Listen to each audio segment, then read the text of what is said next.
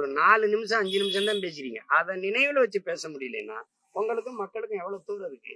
இப்ப இவ்வளவு காலம் அதிகாரத்தில் இருக்கும்போது எந்தெந்த இடத்துல என்னென்ன இடத்துல மக்களுக்கு என்னென்ன பிரச்சனை இருக்கும் கூட தெரியாம நீங்க எங்களை ஆட்சி செஞ்சுக்கிட்டு இருந்திருக்கீங்க. என்னதங்கச்சி பரிச்சயவாத மனத்துல வச்சிருந்த பார்த்துதான் எழுதுவே அடம் பிடிச்சிட்டு இருந்தா ரொம்ப கஷ்டம். அவ்வளவு மக்கு மாணவர்களுக்கு இங்க மதிப்பெண் கிடையாது. பார்த்து படிக்கும் போதே அது மண்ணரிப்பா மீனரிப்பா, அது நீடாமங்கலமா பீடாமங்கலமா, ரொம்ப கஷ்டம்.